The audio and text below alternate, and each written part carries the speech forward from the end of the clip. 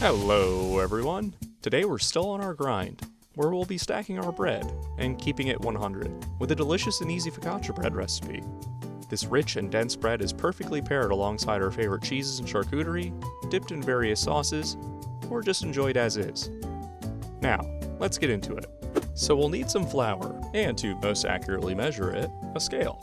I can't emphasize this enough, but scales are as important of a kitchen tool as a knife or a thermometer, especially when baking.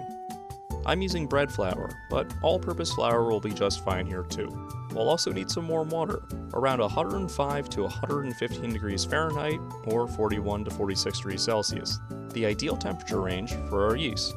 Speaking of which, our yeast. This is just some active dry yeast, but if you can get your hands on fresh yeast from your local baker, it's great to work with and I think it yields better results. Next we'll need salt, which not only flavors our bread, but it aids in structure and regulates fermentation.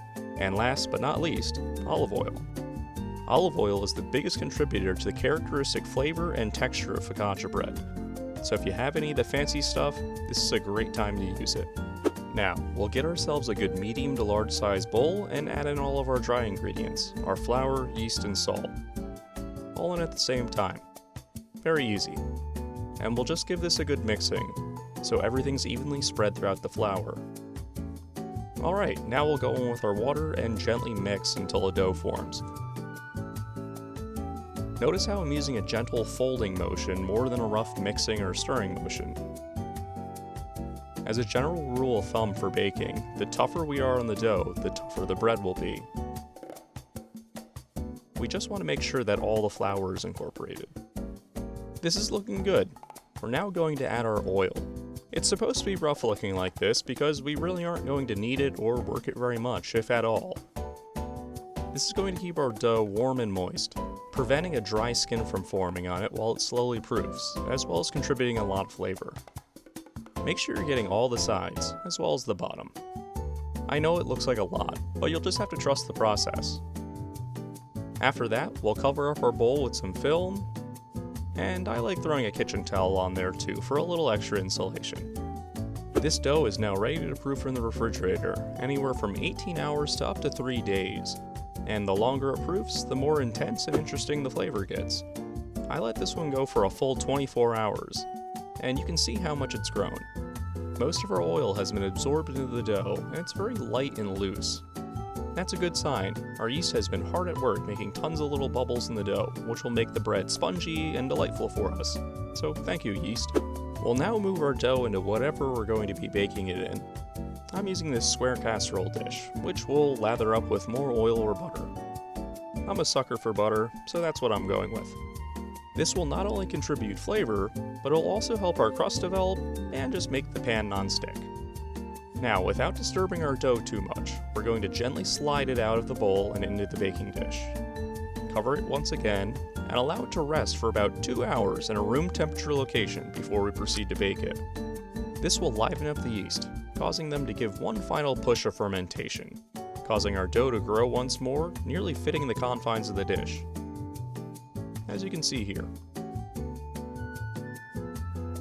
The final step for our dough before we bake it is probably one you might already be familiar with. The whole poking it with your fingers thing and making it look pretty with garnishes. I'm going pretty basic with just some more olive oil, rosemary, and some salt. But there's so much you can do here. Sun-dried or fresh tomatoes, roasted garlic, various hard cheeses, basil, anchovies, olives, cured meats. All of these things would make great additions to your focaccia, so have fun with it and make it your own. Then just get in there with your fingers and push down gently, but not all the way through, just enough to make some dimples all over the dough. This focaccia is ready to bake, so we'll get it into a preheated oven at 400 degrees Fahrenheit, or about 205 degrees Celsius, for 30 to 40 minutes. This timing can change a bit depending on your oven, so just keep an eye on it and see how your crust is forming.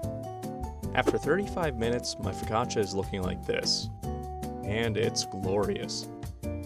We'll just coax it out of the dish, and it should slide right out without much trouble. Like most bread, we'll let this cool off a little bit before slicing it. And look at that. Beautiful. It's dense and spongy, very moist, but still has a great crumb to it. We ate nearly this entire loaf the day I baked it. It was that good. My favorite thing to do with it is to dip it in this garlic parmesan dipping oil. Recipe in the description, as always.